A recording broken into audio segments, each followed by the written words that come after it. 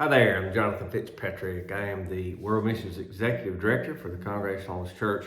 It's great to be here with you today as we talk about the book you're reading, Vision Caster, which of course is a book about Reverend Hugh Skelton, whom we refer to in our circles as the father of missions, because as you have been reading in the book, you know he pioneered our mission work here in the Congregational Holiness Church. So I just want to take a minute to highlight a few things in this book.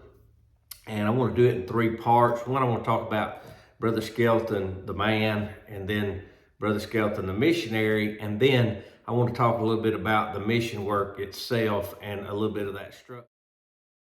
So as we read in the book there, Brother Skelton, the title, I think, of the first chapter was Born in Weakness. We saw Brother Skelton had some health problems, some serious health problems, as a matter of fact. And when he was born and growing up, and he could not do a lot of things that other children his age were able to do, things like sports and those kinds of activities. But what's great about Brother Skelton and the example he sets for us in this is that he focused on his strengths. He focused on what he could do well, instead of focusing on what he couldn't do. And I know that was a struggle at times because he was, in many ways different from the other children around him. But he focused on what he could do, and we read how he found that he could excel in scouting, and he did so, and was for many years the youngest Eagle Scout around the area there. But we learned that although he was born in weakness, he struggled through that. He made it through that, and the Lord blessed him. Another thing that we see about Hugh Skelton, the man, I believe, is what a tremendous sacrificial heart that he has. He gave up life in the North Georgia mountains at 25. He moved to Cuba. Now, I have lived in the North Georgia mountains. I know how beautiful it is in North Georgia mountains, and I know how difficult it was just to leave for a few days to go to Cuba for a trip. But I can only imagine the struggle it would be to actually move there. So that's a tremendous sacrifice that he demonstrates there by that. And also, not only is that in and of itself a tremendous sacrifice, but the fact that his mother was dying when he left, and he knew as he was leaving that this would probably be the last time that he would see his mother alive. And that was in fact the case, as in just a few months later he had to travel back to North Georgia for her funeral. He talked about, as he was reflecting on going back to Cuba after his mother's death, and the pain of leaving his father, we see that he said the large Georgia family that had always been a part of our lives was left for a country of strangers. And so we see that that Brother Skelton demonstrates that in mission work and in any ministry really, definitely though, mission work requires a great deal of sacrifice, and we see that demonstrated in many levels with Brother Skelton. Brother Skelton also had a love for people.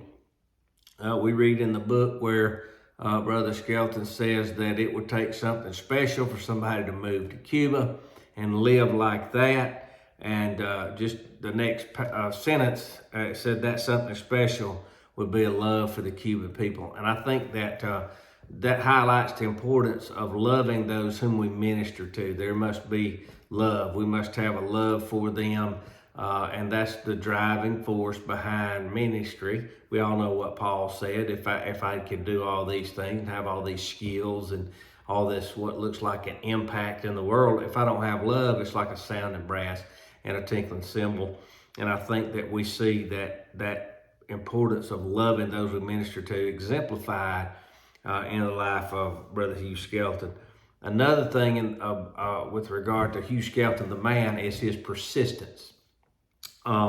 He suffered, as you read, through many events of sickness in his early years and while in the ministry and on trips to foreign places or living in foreign lands. Had to go to many different doctors and hospitals that were, it was not nearly as sanitary and so forth. But he persisted through all of that. I love what the book said. Brother Skelton said, persistence would win the day. I guess you could say he just was one to keep on keeping on. And as we read there in the book, Brother Skelton stayed in Cuba. I think it's probably as long as he possibly could have stayed in Cuba safely. People were screaming, Yankee, go home. And he stayed as long as a Yankee, so-called Yankee, could possibly stay in Cuba. And that love and persistence that I just mentioned was the driving force behind that. We also see that Brother Skelton has a cooperative spirit. And he says the church should work in cooperation, not competition. And we see that was highlighted in the way that they would look for places to minister would be those places where the gospel wasn't already being preached. And so, they were, as they said, there's plenty of unchurched people. There were plenty of unchurched people to go around, and there were areas where there was no gospel being preached. So that's what they wanted to get the gospel to a place. They didn't want to be in competition with other churches, but they wanted to get the gospel to those places where the gospel wasn't already being preached. A lot more could be said about Hugh Skelton, the man. I may not have mentioned this, but I have met him personally. As a matter of fact, at the time of this recording, just 1 week ago, I was with him in Brazil. Tremendous man of God, and I just love being around him. And a lot more could be said about Hugh Skelton, the man, but our time is limited, and you have a lot more in your book as well.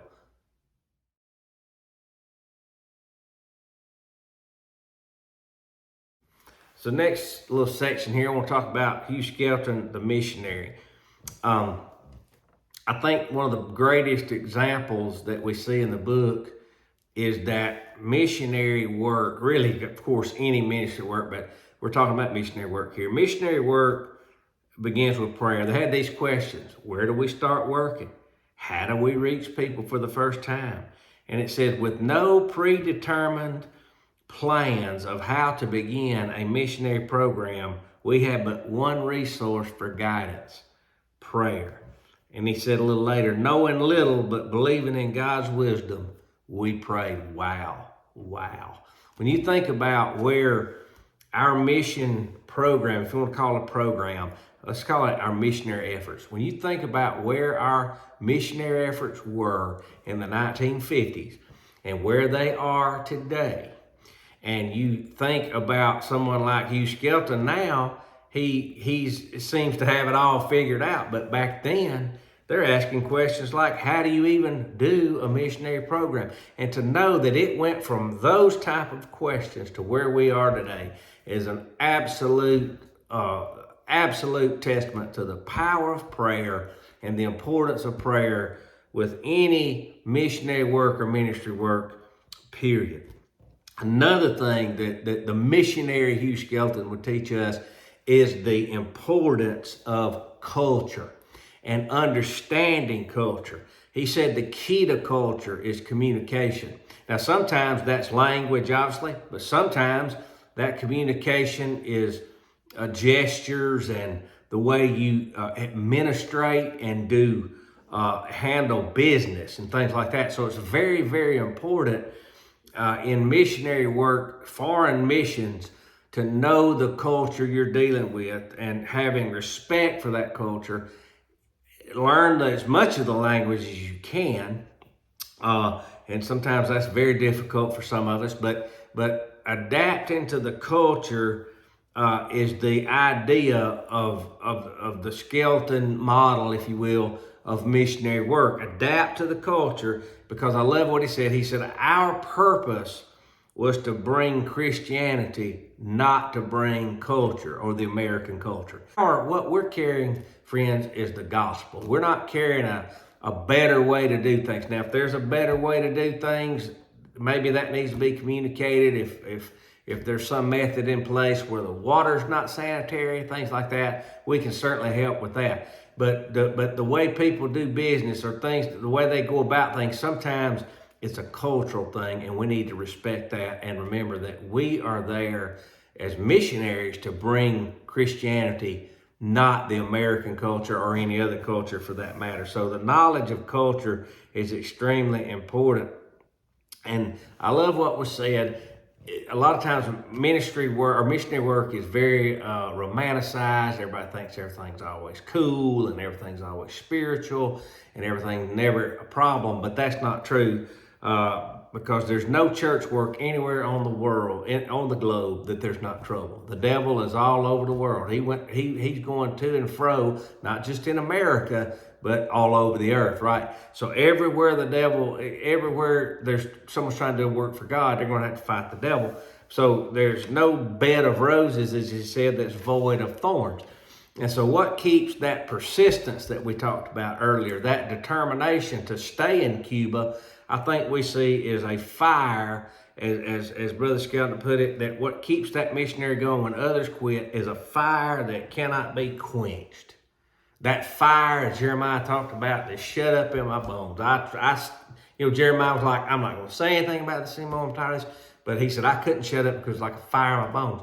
And so that's the thing that keeps, that kept Brother Skelton, that'll keep me, and that'll keep you, is a fire shut up in our bones, the fire of God to do the will of God and minister and those types of things. So we talked about Hugh Skelton, the man and the missionary. Next, I want to talk about just a little bit briefly about the mission.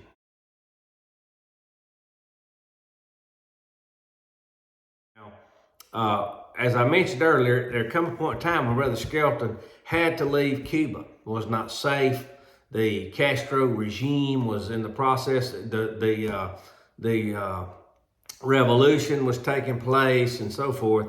And Cuba Libre, you may have heard, the liberation of Cuba, though that was taking place. He was there to witness that, and it got unsafe, so he had to leave. So he finds himself back into the peaceful North Georgia mountains where he had grown up. His family was there, and they were back there in the peaceful North Georgia mountains. No bombs going off, no people walking around with rifles unless they were hunting deer, so forth. The question might be asked, why would a person leave that comfort, that safety, to go back into some foreign land anywhere, especially after what they had experienced, right? It's like, why would you go back? And I love what he said, the call of our lives was to missions, and our inner beings were not satisfied with the norm. And so we see here that really missionaries, sometimes we're just cut from a different mold. I mean, maybe you've had people say, why are you doing this? Why do you keep doing this? People that, blah. But we're just cut from a certain mold, and it's that there's just something that we're not satisfied with the ordinary. We're not satisfied with those things. And so there's just something in us, that passion that drives us. And so we find that Brother Skelton goes back into the mission field, and we find that, of course, his love for Cuba never waned at all, but the opportunity in Cuba is what left. But when he returned to the call, we see that the focus was in Mexico. Now, one of the most important things that I think that we can take away from what we learn in terms of missionary program or efforts or whatever, and how it's structured, is what Brother Skelton and the importance that he put on indigenous leaders that are there in the country, leaders that live in Cuba, live in Mexico, live in Guatemala, and so on. And so here's what he says: successful planting of churches is all but impossible without dependable local leadership. And what they would do was they would get established some way in the country, or whether it's officially or unofficial, whatever. And then they would preach. They would get there. They would preach. They would train, and they would encourage leaders, and then they would let those leaders go. And I know that's the difficult part, was to letting go. But as Brother Skelton stated there in the book, that the job of a missionary in this model is to work themselves out of a job. You go in, you preach, you win people, you train them how to lead, how to pastor, how to be a shepherd, and then you move on to another location, do the same thing. And you leave that indigenous leaders in place. And as we mentioned, the turmoil in Cuba, and the Skeltons had to leave, but because of the model of finding indigenous leaders, our churches in Cuba survived through the poverty and persecution of the Castro regime. Matter of fact, they grew through all that, and that would have never happened had it not have been for the local leaders there in Cuba doing the fantastic job that they are still doing to this day, and done all through that communist regime there in Cuba. So that emphasizes the importance when the Yankees, so to speak, had to go home, the indigenous leaders were able to stay and lead and win people to Jesus all through that. So we see that how important that is. And in my humble opinion, I really believe that is the primary reason for our success in missions today, is we have kept this model. And to put it honestly, when you're dealing with foreign countries, things can change very rapidly, very sporadically. There could be, literally we could get a phone call where it's not safe to go to some place I may already have flights scheduled for. So the reality is that we have very little to no control what happens with other governments and societies. So when we have leadership in place in those societies, when those changes happen, if we've trained them and if we've taught them how to lead churches, and not just lead them the way we would do church, but according to their culture and their relevancy in their culture, then the churches. But when we have strong local leadership in place, it is amazing. Now, this would bring us to obviously the importance of discipleship, and the job, as it stated in the book, the job of evangelism is incomplete if we just lead somebody to Christ. We have to train them. We have to disciple them, right? Jesus didn't say go get people saved. He said go make disciples. And so by discipling, we've got to have this commitment to teach and to care for those who are seeking to grow in their faith. And it allowed the Skeltons and the CH Church to put what they called vision, training, and action into place.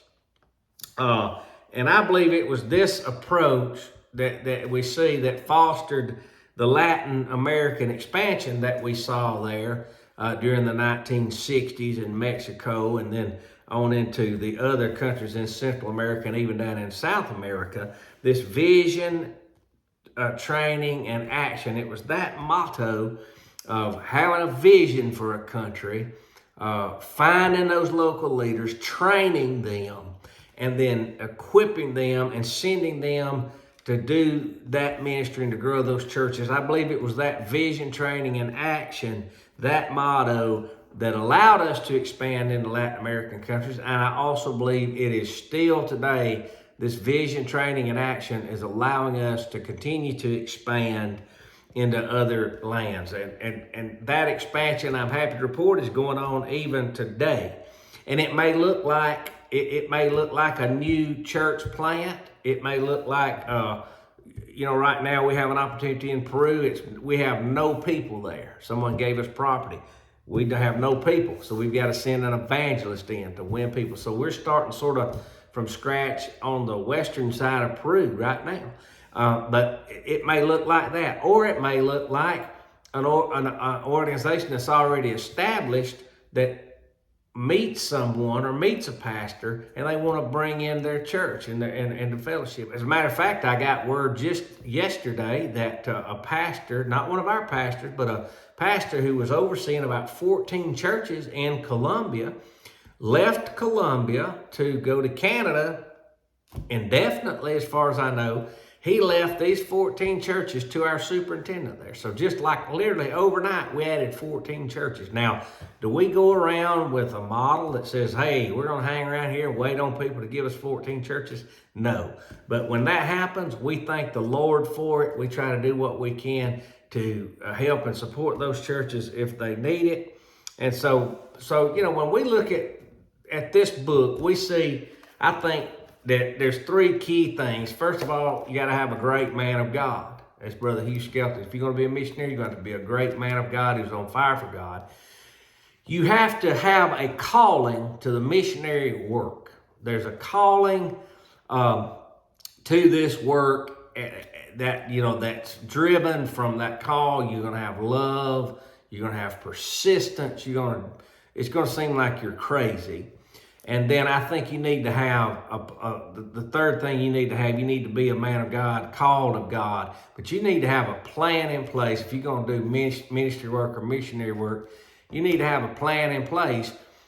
And if you don't have a plan in place, you better have a prayer life to help you get a plan in place. And I'm so thankful today for the life of Hugh Skelton and Louise Skelton and their family and the impact that it's having still today in the Congregational Holiness Church mission work. Because I've said this before, I'll say it today. I stand on the shoulders of giants because, if I can see far, it's because I'm standing on the shoulders of giants.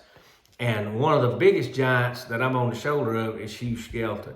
And many others followed him have done a great works and that have preceded me. But I am so thankful that a foundation has been laid and a plan is in place. And I think it's a great plan. I think it's a successful plan. And I think we have a wonderful, wonderful missions program. And we all have, of course, the Lord and Brother Hugh Skelton to thank for his vision, how he casted this vision, how he trained those people who caught that vision, and he equipped them to have action to bring that vision to fruition. God bless you, and congratulations on your work in the MIP program.